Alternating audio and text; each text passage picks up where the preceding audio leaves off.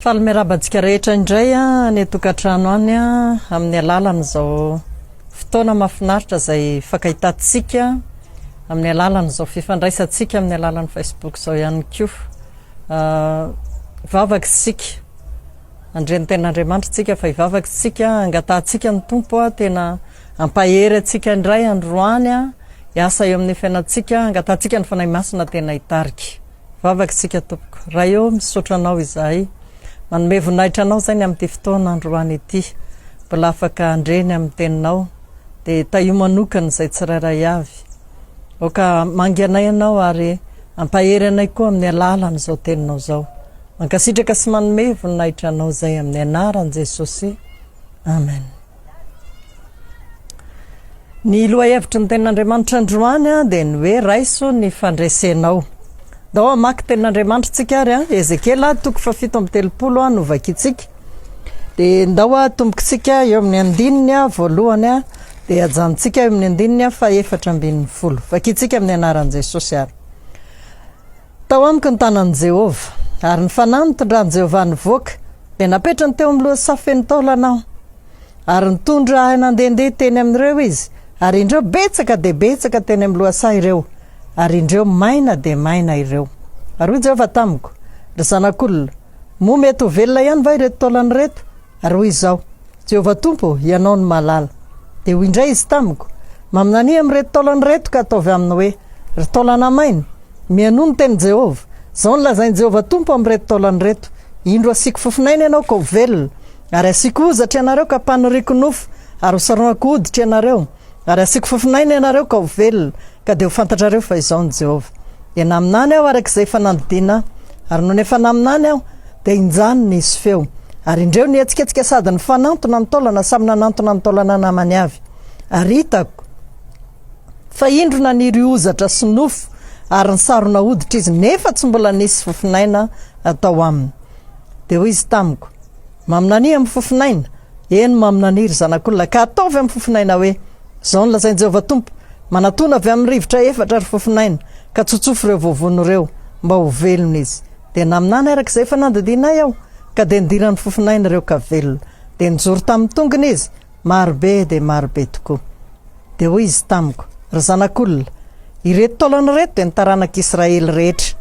Indreo ireo manao hoe, maina ny taolanay, levona ny fanantenanay, fongotra izahay, koa maminany ka ataovy aminy hoe, izao ny lazainy Jehova Tompo, indro ry oloko, izao no anokatra ny fasanareo, ary ampiakariko avy amin'ny fasanareo ianareo ka ho entiko ho any amin'ny tanin'ny Israely, ka dia ho fantatrareo fa izao ny Jehova raha manokatra ny fasanareo aho ry oloko, ka mampiakatra anareo hiala amin'ny fasanareo, ary ataoko ao anatinareo ny fanahiko dia ho velona ianareo, ary ampineniko amin'ny taninareo ianareo, ka dia ho fantatrareo fa izao Jehova no efa niteny sady nahatateraka izany hoy Jehova.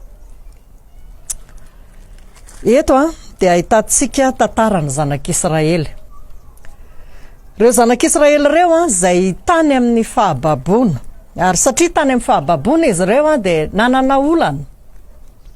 Fantatsika fa rehefa ianao moa ny babo zany dia tsy manana zay hoe mba fahafahanao sy hoe mety hoe sitraponao tianao atao koa azy ianao, fa ny mpamabo anao no mangeja anao. Tena maina izy ireo ny ara-panahany ny tenany ny nofony ny fiainany manontolo ary tena tsy nanana fanantenana izy ireo. Izy ireo zany no noharina tahaka ny hoe taolana maina teto, ary nary zareo ihany moa dia tena ny teny mihitsy hoe maina ny taolanay, fongotra izahay. Tsisy fanantenana. Raha ho an'izy ireo zany dia tena hoe ao anatin'ny fahakiviana toe-javatra mahakivy no nisy an'ireto zanak'Israely reto.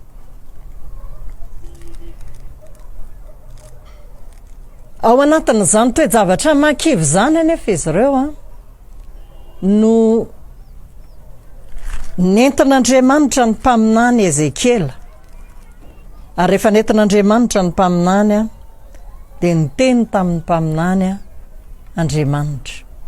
Nasehon'Andriamanitra tamin'ny mpaminany aloha hoe, ireo misy taolana maina, mety mbola ho velona ve ireo mbola misy ve ny fanantenana ratsorina dia hoe mbola misy fandresena ve ho azy ireo satria raha tena izy zany dia hoe resy zany zao izy ireo mbola misy ve ny fandresena tao anatin'izany indrindra no nanomezan'Andriamanitra vahaolana satria ny mpaminany koa rehefa tsy hitany intsony izay atao zay no nataony hoe Jehova ianao no mahalala ohatrany hoe nazako izay mpaminany koa range marina fa miteny aminay ianao marina fa maniraka anay ianao fa tsisy ninina azonay atao na zay koa rehefa kivy ohatr'izay mihitsy le izy ao anatin'izay no niteny Andriamanitra zavatra nitenenin'Andriamanitra dia ny hoe maminany lazao amin'izy ireo hoe zao no lazainy Jehova ny zavatra faharoa dia ny hoe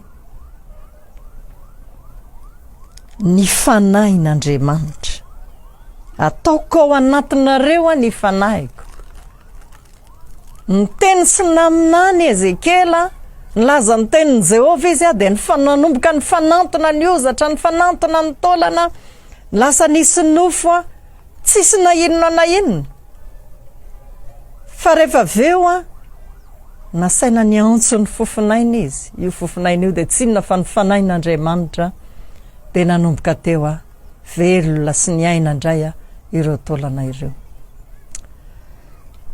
raha ohatra ka ny mpandinika ny Baiboly dia zavatra roa lehibe zany no naverin'Andriamanitra ho an'ny zanak'Israely izy ireo moa dia efa hoe voaroaka zany teo amin'ny taniny fa naverin'Andriamanitra indray izy ireo teo amin'ny taniny raha ny ara-panahana izy ireo koa dia ohatrany hoe tsisy fanantenana intsony kanefa naverin'Andriamanitra indray izy ireo satria moa tsika mamaky Baiboly dia mahafantatra tsika hoe nisy any fiverena ry Ezra ry Nehemia ry Zerobabela zay fantatsika fa nanangana indray ny tempolo nanangana ny manda ny Jerosalema zavatra roa zany naverin'Andriamanitra teo aloha zany namerenan'Andriamanitra azy ireo ho any amin'ny fireneny indray sy ny namerenan'Andriamanitra ny ara-panahany indray nisy ny fandresena noho ny tenin'Andriamanitra sy ny fanahin'Andriamanitra ry havana zay mandre zao tenin'Andriamanitra izao Raiso ny fandresenao sika tsy manana fitaovam-piadiana tsy manana basy tsy manana tafondro tsy manana lefona raha ohatra zany ka raisina tahaka ny hoe misy fahavalo zay atao hoe fahavalo tena nofo mihitsy zao manantona atsika dia tena tsy manana ninnininy tsika hoentina miady raha ny tena izy koa zany dia ohatrany hoe resy tsika be dia be nefa manomboka manan'olana amin'ny ara-nofo amin'ny ara-panahy manomboka manan'olana tsika ao anatin'izao confinement zao dia be ny fimonomononana fa zao nefa ho an'ny kristianina averiko ihany tsy basy tsy lefina tsy tafondro fa raha tiatsika ny fandresena dia misy zavatra roa zay efa nomen'Andriamanitra andreo zanak'Israely dia tsy maintsy ireo ihany no entintsika mandresy zay ihany no ahafahantsika mandray ny fandresentsika mety reraka zao ny ara-nofo mety tsy fantatro mety efa manomboka tonga ny jefisina indraindray fa tonga ny olana arabola indraindray fa tonga ny olana eo amin'ny asa tsy fantatra ihany koa indraindray tonga ny olana eo amin'ny fahasalamana ho an'ny sasany eo amin'ny ara-panahy mihitsy indray tonga ny olana amin'ny ara-panahy asa mety efa tsy mivavaka tsony efa mety efa tsy mahavita tena manatrika ny tompontsony isa-maraina na tsy fantatra efa tsy manana fotoana firy tsony tena ahafahana ohatrany hoe mifandray amin'Andriamanitra sy mahatsiaro hoe zany no tsiron'ilay fifandraisana amin'Andriamanitra mety zavatra efa mitranga zany betsaka nefa menomenona reraka ny ara-panahy reraka tena ohatrany misy fahamainana any anatin'ny foany any amin'ny fisainana any efa ohatrany misy fahamainana indraindray tonga indraindray ny olana ara-panahy fa inona nefa ny vahaolana ny fandresena tsy ao amintsika ny fandresena tsy ao amin'ny saitsika tsy ao amin'ny fotsika fa ny fandresena voalohany ao amin'ny tenin'Andriamanitra tsy maintsy miverina ao amin'ny baiboly isika. Zay mihitsy ny eo amin'ny 15 maminaniry zanak'olona. Teneno amin'ireo taolan'ireo hoe izao no lazainy Jehova. Androany ihany koa tenin'Andriamanitra. Zay ihany. Zao nge indray nahazo mpanompon'Andriamanitra ary. Ary zany nahazo andry Ezekiela. Jehova ianao no malala. Indray na izay ary mivavaka ho anareo dia efa tsy hita intsony. Andriamanitra ianao no mahafantatra an'ireny mpino ireny. Ianao no malala ny fiainan'izy ireny. Indray efa ohatran'izay fotsiny sisa ny fomba fivavaka indray. Satria indray efa tena mihoatra ny fatakaran'ny saina indray ilay zava-misy eo amin'ny fiainantsika. Androany tsy maintsy miverina ao amin'ny tenin'Andriamanitra isika. Raha tiantsika ny fandresena, raha te azo ny fandresentsika dia mila miverina makao amin'ny baiboly. Vakio ny baibolinao, raiso ny teny fikasan'Andriamanitra. Maka fotoana betsaka andanianao ny baiboly, andanianao ny tenin'Andriamanitra. Marina ngefa eo ny fahasahiranana eo ny fahasahiranana. Za moa nisy fotoana ny teny tamin'iny volana mars iny. Atao anatin'ny confinement tsika fa osy hoe totra ny mahagaga le izy fa na ao anatin'ny confinement raha toa mbola sahirana ihany. Ohatrany misy zavatra betsaka manahirana, misy zavatra betsaka ohatrany atao. Ary ny mpino tsirairay avy zay niresaka tamiko moa dia niteny an'izany ohatrany mahagaga mihitsy le izy. Fa tsy azontsika vela ny tenin'Andriamanitra. Zao zany dia fotoana tena antoniantsika be dia be ny tenin'Andriamanitra, iverenantsika ao amin'ny tenin'Andriamanitra. Marina ange ny baiboly. Josoa toko voalohany 15 zao dia mazava ny tenin'Andriamanitra ka tsy ala amin'ny vavanao ity boky lalàna ity fa saintsaino andreo manalina hitandremanao anao araka izay voasoratra eo. Ary amin'izany dia alavorary ny dianao ianao sady ambinina. Mazava ny tenin'Andriamanitra. Raha tiantsika ny fandresena dia ao amin'ny baiboly, ao amin'ny tenin'Andriamanitra, ao ny fandresena. Inona ny arovan'ny zatovo lalakalehan'ny tsy voaloto, ny fitandremana araka ny teninao. Salamo 7:10 ny andininy 7. Ny andininy 10 dia mbola manamafy. Zao no mampionina amin'ny fahoriako, ny teninao no mamelona. Ndraiky itsika tena ao anatin'ny fahoriana. Ao anatin'ny olantsika amin'izao fotoana izao fa tenin'Andriamanitra. Indray mety tena efa mahatsapitsika hoe ohatran'ireo taolana maina. Maty mihitsy ny fanahy. Fa ny tenin'Andriamanitra ihany no afaka mamelona antsika. Vakio ny baiboly, aza atao atsirambina ny famakiana ny baiboly. Io ny sabatry ny fanahy. Raiso ny famonjena ho fiarovan-tony tenin'Andriamanitra ho sabatry ny fanahy. Efesianina 4:7. Hebreo 4:12. Velona sy mahery ny tenin'Andriamanitra. Ny tenin'Andriamanitra nge zany velona sy mahery zany afaka mandresy. Ninina olanao, ninina ady atrehanao. Tenin'Andriamanitra no afaka mampahery atsika, afaka mamelona atsika, afaka tena hoe miazona atsika manoloana an'izao fanompoantsika an'Andriamanitra izao. Raha ao anatin'ny fakiviana ianao, raha ao anatin'ny olana ianao, raha mahatsiaro ianao fa raiso ny baiboly, raiso ny tenin'Andriamanitra, manombo mandray ny teny fikasan'Andriamanitra, manombo mamaky ny baibolinao sy mandinika ny tenin'Andriamanitra indray ao anatin'izao vanim-potoana izao. Ny zava-dehibe faharoa izay tsy azontsika vela dia ny fanahin'Andriamanitra. Alefaka ao amin'ny fanahigo, ny 4:4 ary ataoko ao anatinareo ny fanahigo dia ho velona ianareo. Mazava be ilay izy. Ny fanahin'Andriamanitra. Zay ilay fofinaina zay nasaina natsony Ezekiela. Azadino fa marina ary mitombona foana ny tenin'Andriamanitra. Zakaria 4:4. Tsy amikerina mipatanjahana fa mifanahiky reriano i Jehova tompony maro. Raha marina tamin'ny Zerobabela sy ny namany zany, mbola marina sy mitombona amintsika ihany koa. Ny fandresena dia ao amin'ny fanahin'Andriamanitra. Indray tsika efa ohatran'ny alaim-panahy, andeha ohatran'ny hoe amin'ny saina, amin'ny fahalalana, amin'ny tanjaka, amin'ny hery. Mila ny fanahin'Andriamanitra tsika. Ary eto dia tenenina mihitsy isika fa ao no loharano ao. Androany zao zay nandre tenin'Andriamanitra mikasika ny vavaka. Misy fampianatra anay moa kanadianina izy io ary manana an'ilay televizion MCI TV. raha ohatra ka mba afaka manaraka an'izany ianao dia mba misy fotoana mba jereo ihany zay mba midira ao amin'ny Facebook mahita sy mijery an'izy ireo fa tena tsara ny fandaharanao dia nyresana izy ireo mikasika ny vavaka fa ny tena nampahery dia le hoe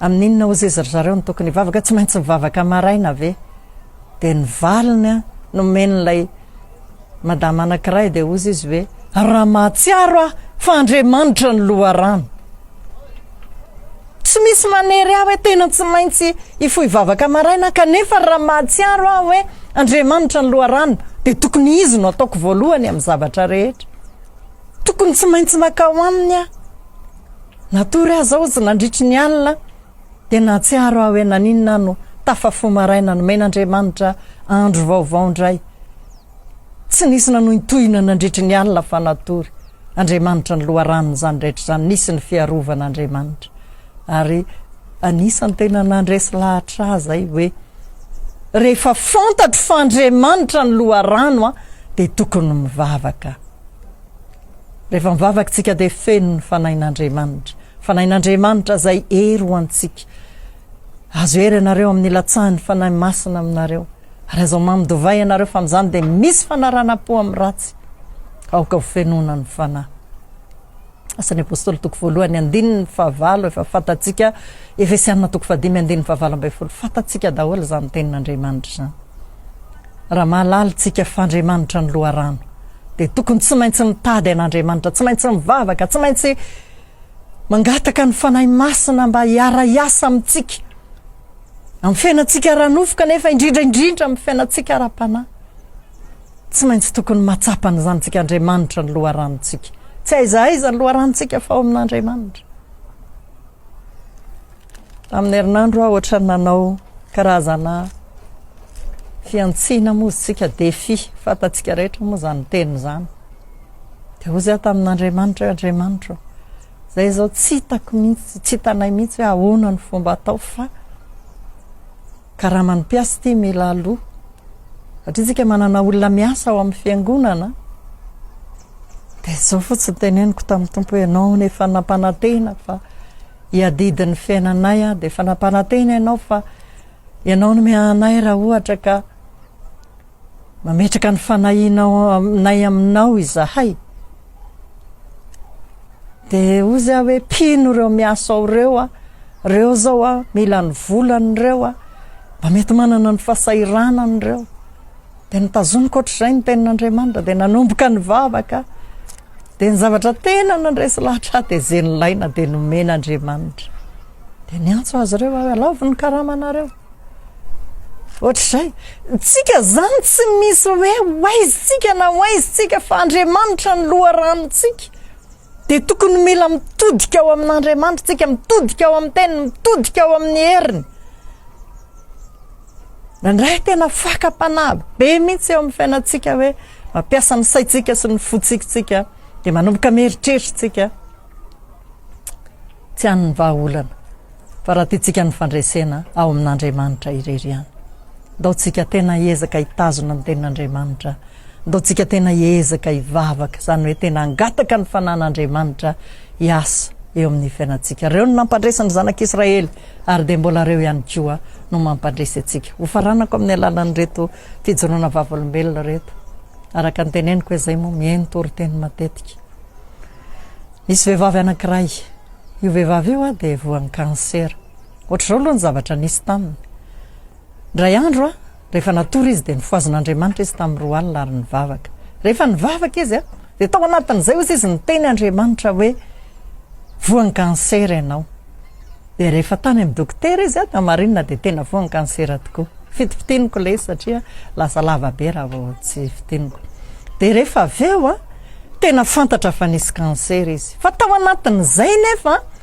tena nivavaka izy dia niazona ny teny fikasan'Andriamanitra kansera tany amin'ny taolana le izy dia zao ihany koa ny fijoroana vavolombelona taty aoriana hoe nosotranon'Andriamanitra izy teo zany nivavaka teo ihany koa ny fiazonana ny tenin'Andriamanitra zao ny Jehovah zay manasitrana anao zao ny Jehovah'Andriamanitra nofo rehetra moa misy zava-magaga zay tsy haiko fa zay mety ho tenin'Andriamanitra azy nitazonina dia nitazoniny ary dia niteny tamin'Andriamanitra izy hoe hainao Andriamanitra ny zavatra rehetra.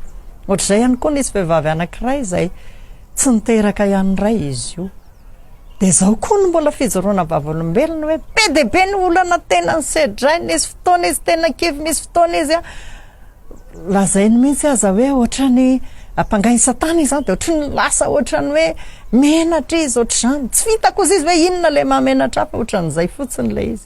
Fa izy koa tena hoe nivavaka miezaka tena le hoe miteny ohatrany hoe miteny ampanahy, mivavaka ampanahy rehefa mivavaka dia tena miazona ny tenin'Andriamanitra, raisiny ny tenin'Andriamanitra, tsy hisy momba na ny lehilahy na ny vehivavy eo aminareo, dia tena saintsainy, dia tena mijoro vavolombelona. Efa nahazo zanaka moa izy no nijoro vavolombelona zany, sy nanazavana izay fijoroana vavolombelona izay hoe niazona ny tenin'Andriamanitra izy vavaka, niezaka mivavaka ampanahy izy, miezaka mitady an'Andriamanitra izy ary dia nomen'Andriamanitra zanaka.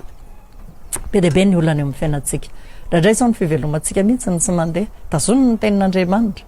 Andriamanitra ianao nefa niteny, fa jereo ny voromanidina tsy miasa na mamolo reny na mijinja na ihany koa mitaona ho any an-tsopitra reny, kanefa ny rainareo izay ny an-danitra ny mamelona azy. Dia tazona ohatr'izay ny tenin'Andriamanitra dia manombo mivavaka, manombo mitady an'Andriamanitra. Zay nge le fomba ampiarantsika azy eo amin'ny fiainantsika, ny fanan'Andriamanitra, ny tenin'Andriamanitra, raiso ny teny fikasana dia manombo mivavaka. Faranako ny fanambarana n'izao tenin'Andriamanitra izao tenin'Andriamanitra sy ny fanahin'Andriamanitra efa nampandresy ny zanak'Israely ireo. Ndao raisintsika ny fandresentsika. Raiso ny tenin'Andriamanitra, manombo mivavaka, avelao ny fanan'Andriamanitra tena hiasa eo amin'ny fiainanao. Avelao ny fanahin'Andriamanitra hitarika sy hanampy anao eo amin'ny fiainanao sy niara-panahinao. Tsy niara-nofo ihany fa na niara-panahy na niara-nofo avelao ny fanan'Andriamanitra hampandresy anao. Ndao hivavakantsika tompoko. Andriamanitra misaotra anao zay ny amin'ny fitiavanao anay, misaotra ny amin'ny fahafahanao menao anay afaka nandreny teninao zay androany. Vavaka izay mba hitahinao anay ary vavaka ihany koa zay Jesosy mba ny fanahinao ane no hiasa ao anatinay ka izanay mankatosy mampiatra n'izany teninao zany eo amin'ny fiainanay. Aiza tokoa moa no ahafahanay mandray ny fandresena fa tsy ao aminao ihany Andriamanitra. Fantatray fa raha izay dia tsy manana na inona na inona. Tena matsapy izay hoe tsy manan-kery fa ianao no herinay, ianao mitanjakay ary ao aminao ihany ny fandresenay. Dia misaotra anao zay Tompo fa tsara taminay ianao ary ianao no mbola miazona anay tsirairay avy. Misaotra betsaka Jesosy amin'ny anaran'i Jesosy. Amen. Vavakantsika ary ataontsika mba hifampivavaka foy amin'izao fotoana izao mialohan'ny ahafahantsika mamarana an'izao tenin'Andriamanitra izao. Vavakantsika ho an'izay manan'olana, mety manan'olana ianao eo amin'ny ara-piainana, eo amin'ny ara-nofo, mety misy koa ny olana eo amin'ny ara-pahasalamana, mety misy ny olana eo amin'ny ara-panahy. Ataontsika hifampivavaka amin'izao fotoana izao, angataka amin'ny tompontsika mba hanampy atsika. Vavakantsika ary. Andriamanitra misaotra anao zay ny amin'ny fahafahanao menao anay afaka mifampivavaka. Vavaka izay ho an'ny tsirairay avy, mety misy ny marary. Jesosy eo ianao nefa niteny mifampivamba ho sitrany ianareo. Dia kapaka taminao no fanasitranana. Noho izany Jesosy, vavaka ho an'izay rehetra marary any tokantrano any, sitrano izy ireo, kasio ny aretina, kasio ny rofy. Ianao Jehovah ny manasitrana anay. Efa niasa ianao tamin'ireo olona talohanay ary ireo olona izay nanompo anao, tahaka anay ihany koa, niasa ianao, nanasitrana ianao ary nanafaka ianao. Dia angatahako ihany koa ianao no hanafaka Jesosy eo, na aretina mitaiza, na aretina inona na aretina inona dia ianao no kiasikasiana sitrana. Vavaka ihany koa zay, mety misy ny manana olana amin'ny fivelomana, ankehitriny dia apetraka aminao ny fanahinay ary ianao no tompony arena rehetra, an Jehovah ny tany izay rehetra eo aminy. Vavaka aminao mba amahanao ny olana, hanomezanao saina sy fahendrena ary hitarihanao ihany koa indrindrandrindra amin'ny alalan'ny fanahinao Andriamanitra, ampahafantatra ny tsirairay avy izay tokony ataony ka mba ahafahany manana lalam-bola, ahafahany mamelona ny fiainany sy ahafahany tena misakafo tsara. Andriamanitra, mangataka aminao zay mba hikasika ny tokantrano tsirairay avy ianao ary hanomeza ilain'ny tsirairay avy ara-nofo. Ianao malala ny olana ara-panahy, mety misy ny reraka, mety misy ao anatin'ny ady, mety misy tena kitraka mihitsy aza ara-panahy Jesosy eo. Ianao ihany koa mbola afaka mampahery anay. Jesosy eo ny teninao no mamelona anay ary ny fananao dia mbola ero anay. Vavak'izay mba hampahirezanao ny tsirairay avy iasanao ary hampahirezanao indrindraindrindra tena hivavaka sy hitady anao ao aminao ny loharanonay Jesosy eo noho izany hampahirezo izay tena hitodika ao aminao.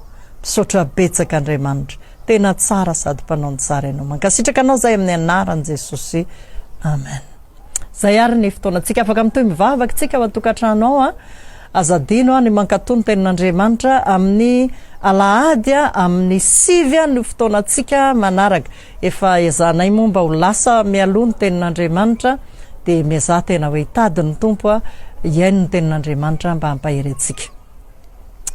Samy mahireza daholo tompo.